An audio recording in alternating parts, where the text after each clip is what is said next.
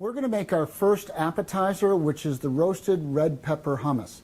And I chose to make hummus because it's an appetizer that you can make ahead of time, and it will be perfect to put out on your deck, chairs on the lawn when friends come over, or just when it's starting to get cool as the sun starts to dip and you want to sit outside because the bugs ain't bugging you.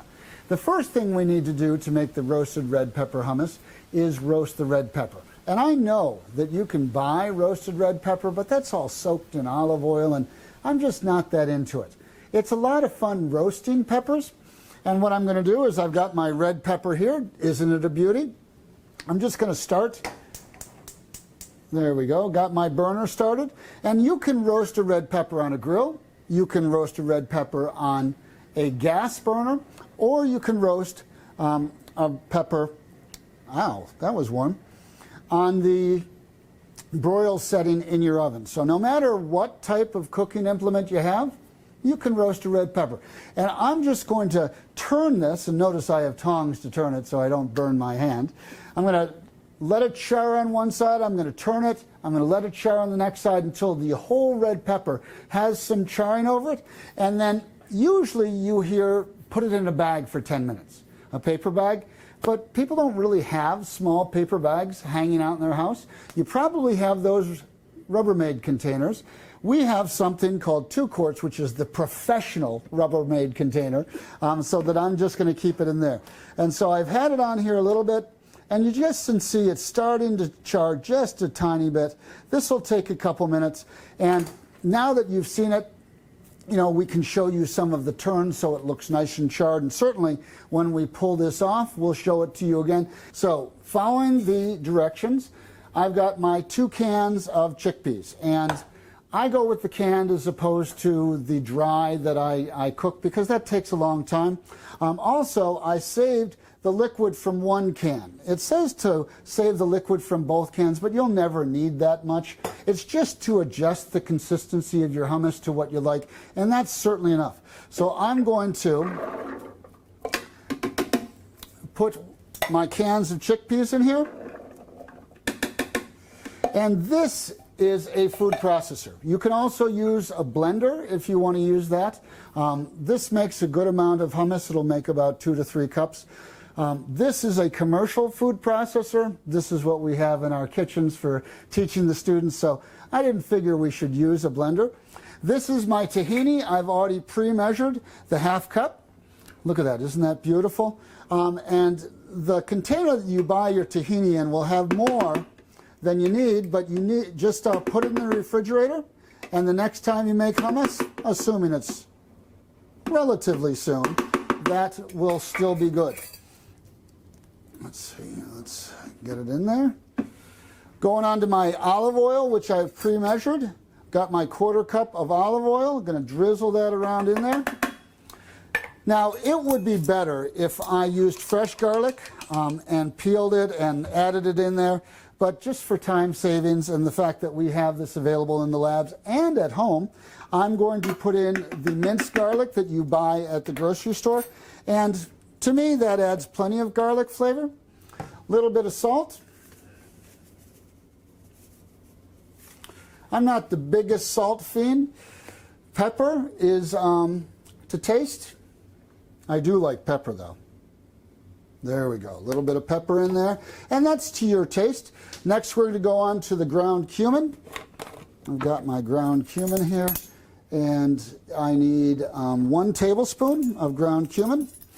You can also use paprika if you'd like, but I think that the cumin is a more authentic flavor for hummus. There's my tablespoon going in there. And all of these, once you make it, you can adjust the levels. Lemon juice, since I used a lemon for my pie, I have the lemon ready to go. I have one of these old-fashioned juicers, which is just wonderful. Gets right down there. Ooh, look at that. Nice and fresh. The lemon juice that you get at the store just doesn't have that fresh zing to it, and we want hummus to have that nice, fresh flavor, nice and healthy. All my ingredients, except for the red pepper, are in my hummus. I put the lid on. You don't really have to cover the hole because the centrifugal force will get everything, keep everything in. But we're going to just process this.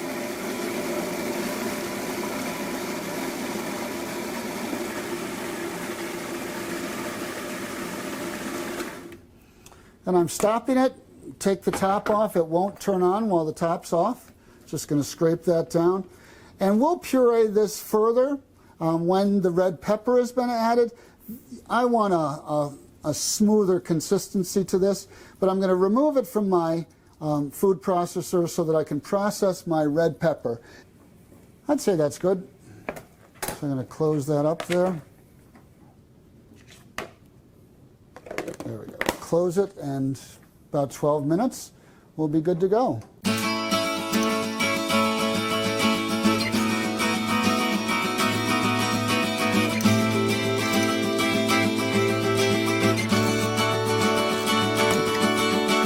we go.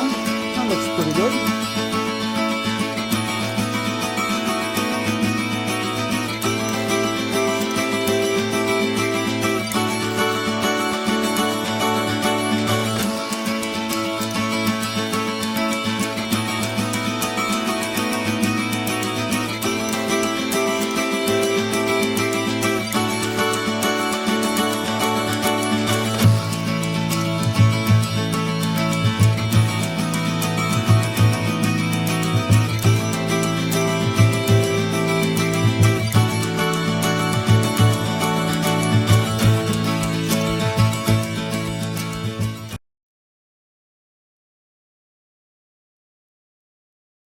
Second appetizer. I hope you enjoyed the roasted red pepper hummus.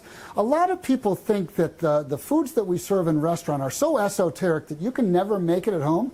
But remember, we started out just like you. We just tried stuff. Occasionally we screwed up, but then we got it right. And that red pepper hummus is just easy, and it's fresh, and it's delicious, and you can make it the consistency that you want to. Now we're moving on to corn cakes with smoked salmon.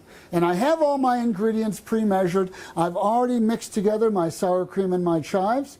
I have my smoked salmon, so we have a little bit of a smoky smell going on. I've sliced it up. I've also pre-measured some of my ingredients. Here is my flour with my fine cornmeal.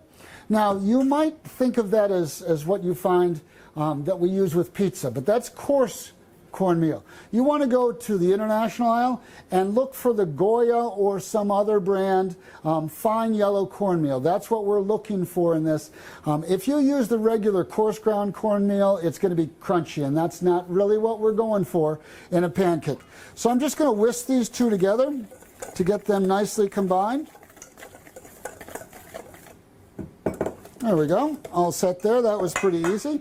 I have my egg and my milk mixed together, and with that egg I separated the white. So I'm just going to bring this together.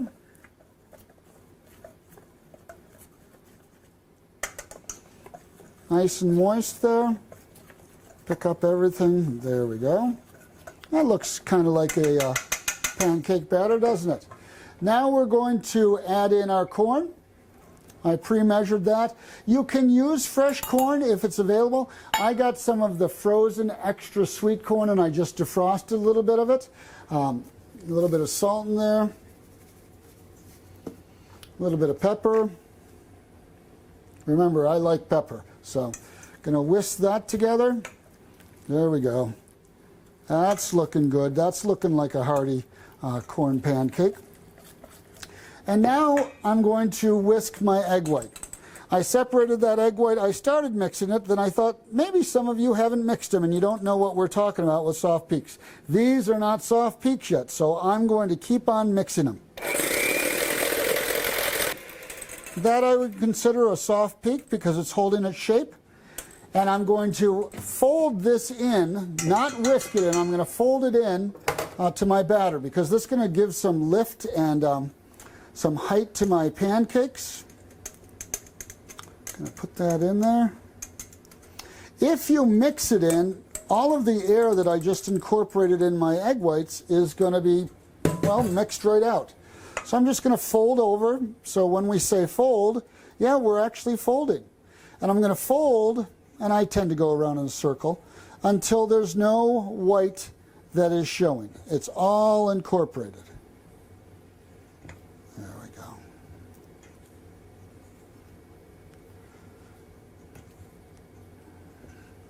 Because if you don't incorporate the white, then, well, it's going to show white when you do your pancake. And we want all of our pancakes to be a nice consistency and look nice and yellow. There we go.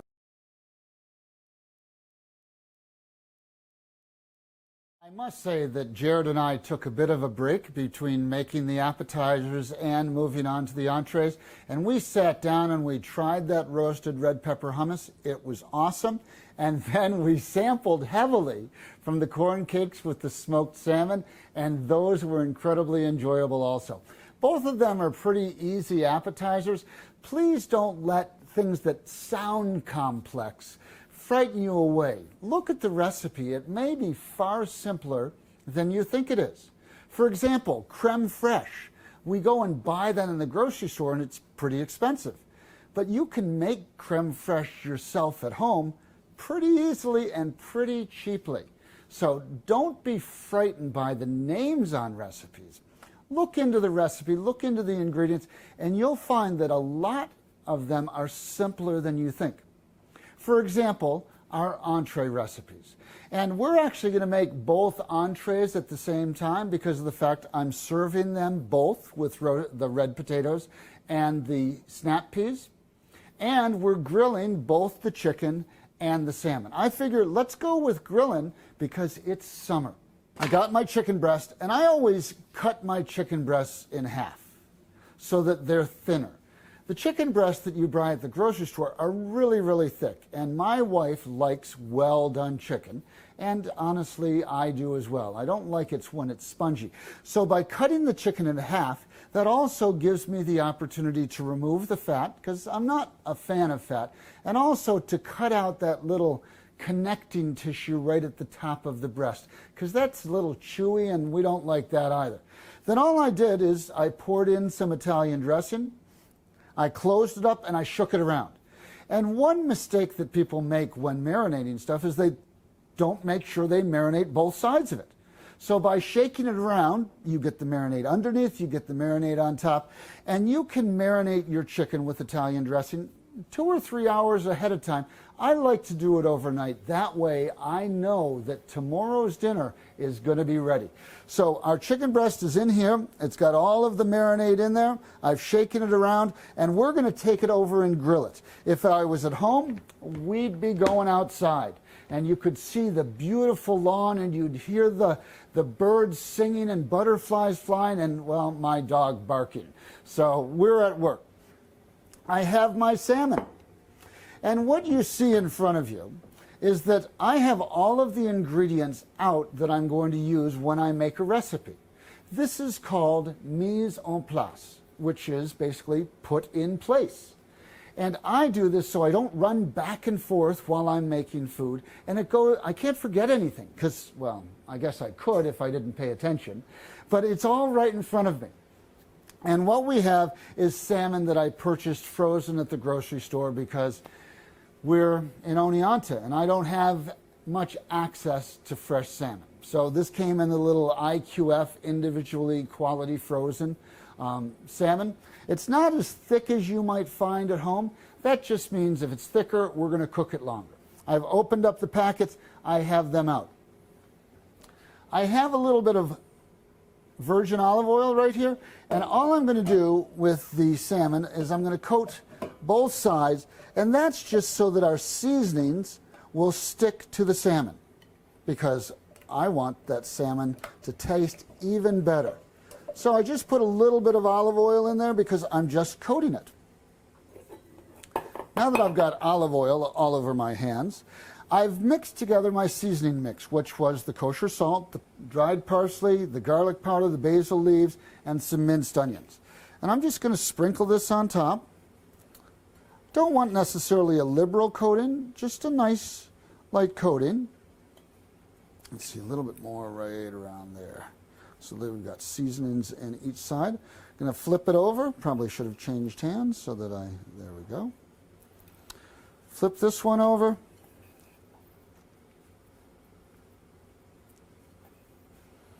And what I did with the seasoning is, since I'm only making 2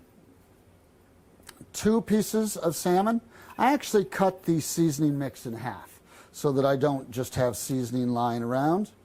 But that looks like it's pretty well coated, doesn't it? There we go. I'm going to wash my hands, and we're getting ready to grill. One thing that is critical when you're making a multi-ingredient plate is that you time the foods properly.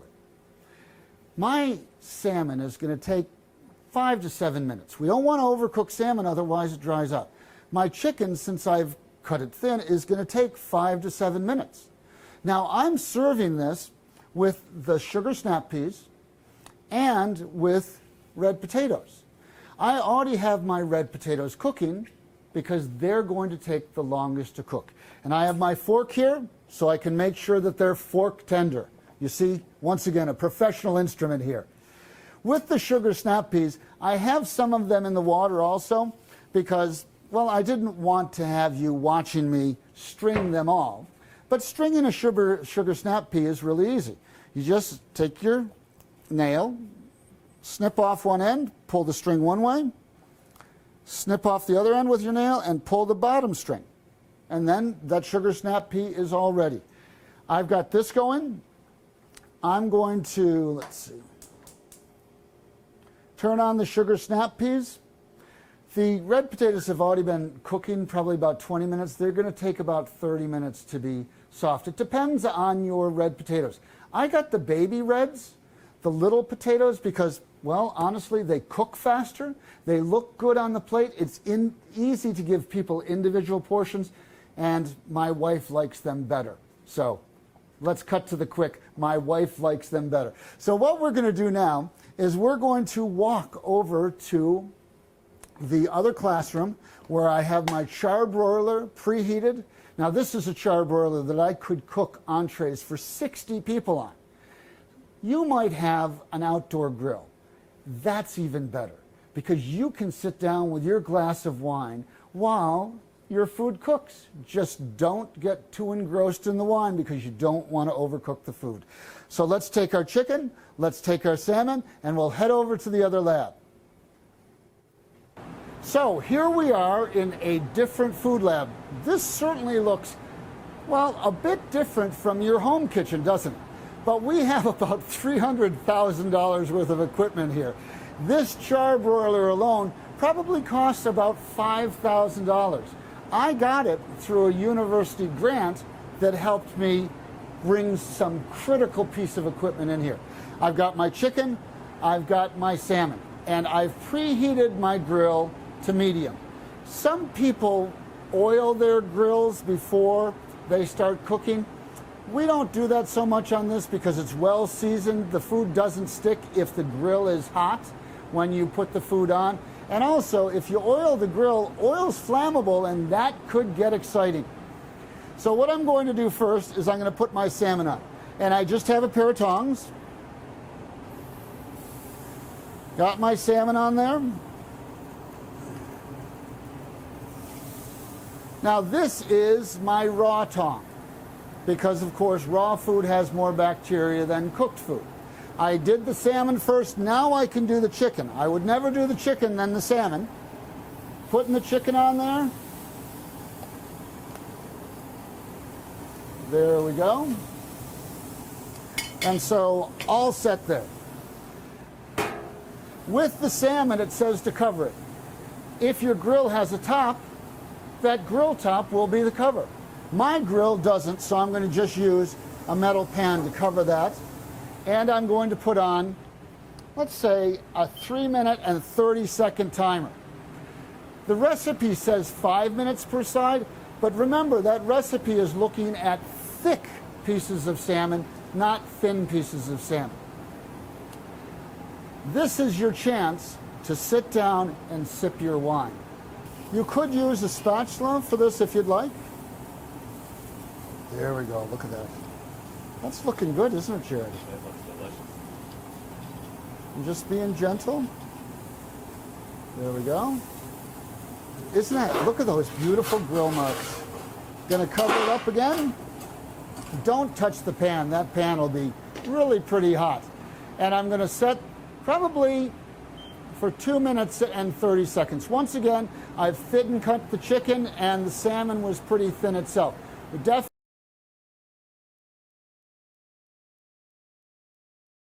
time for dessert. And when you start dessert depends on whether you want dessert to come fresh out of the oven right onto the table, or you want it to sit and kind of come together, bring the flavors together. But what I'm going to do is actually I'm going to put together the pie. I'm going to put it in the oven so that it comes out fresh and piping hot, because I like one nice and hot. That vanilla ice cream that you scoop on top of it melts right in. What a celebration at the end of this meal. So today we're going to be making a peach and blueberry pie. And I've never made this pie before. I found the recipe and it just sounded like a great summer pie. I went to the grocery store. We've got blueberries on sale. I went to the grocery store. Peaches are fresh. Now you can use fresh peaches that you peel, or you can use canned peaches. For simplicity's sake, I used canned peaches. And that avoided you watching me peel all of the peaches and have peach juice spraying in my eye and everything like that. So I went the easy way. What we have here is we have all the ingredients, and you should have the recipe, and I even included some nifty pictures on how you can do the lattice work really easily. And it's kind of funny because my wife loves to watch the Great British Baking Show. And they're just so boggled by this lattice work. It takes them forever. And I'll tell you, with the pictures that I included here, just easy peasy. Honestly, if you have a kindergartner, give them the pictures. They'll do the lattice work for you. So we have our pie pan lined here. We've got our peaches. Look at those fresh peaches. And yes, I did go through them to make sure that all of the stems were removed and there were no underripe blueberries. My peaches, I cut the slices in half just so we get better dispersal. You know, peaches get nice and soft when you bake them, but I just like it spread around nicely. I've got my sugar measured, I've got my cinnamon, my cornstarch. And what we have is we preheated the oven to 375. There we go. You see the beautiful 375. I'm going to mix together my cornstarch, my cinnamon. There we go. My cornstarch. I didn't think you guys really needed to see me measure that stuff out, but I can tell you that it was accurate. I measured it perfectly. I am not as serious when I come to cooking as I am with baking, but I am not the world's greatest baker. I realize that baking is very close to chemistry, and I didn't do well in chemistry. So I take those measurements pretty seriously. What we're going to do is we're going to mix together the peaches and the blueberries in this bowl. So I have good dispersal. Ooh, look at that. I know I make that sound, but food is just so delicious. I'm going to combine the sugar, cornstarch, and cinnamon in here and mix it all together. We're going to get our lemon zest right now, so I've got a beautiful lemon. And you'll notice in another of our recipes, we use the lemon juice. So you can have a couple different zesters. This is a zester that I found. It gives you long strips of zest that you then have to mince up. This is a microplane. This is probably faster and easier for the video. So I'm looking for a half a teaspoon of the, ooh, it smells so wonderful and lemony. And even after I get the zest off, the juice in this lemon is just fine.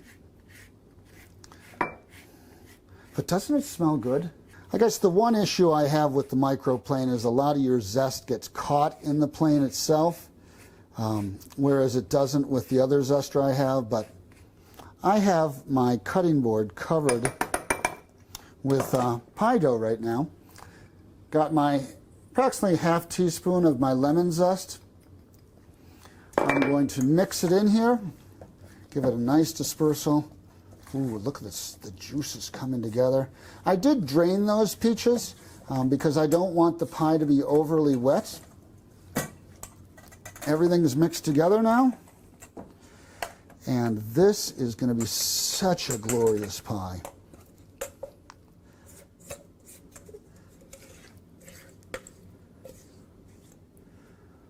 Level it out, make sure my peaches are nicely dispersed. Get all the blueberries out there because my wife would just not forgive me if I left any of that delightful antioxidants. There we go. We've got a little bit of peach right there. Throw that right there. Doesn't that look nice and healthy and fun? That just looks wonderful, I think. Okay, now we're going to do the lattice work. Okay, so I cut this ahead of time. You'll notice it's supposed to be a 1/2 inch, but I cut plus or minus 1/2 inch. And we're just going to start with one edge of the pie right here. There we go. And we're going to work it across for about 10.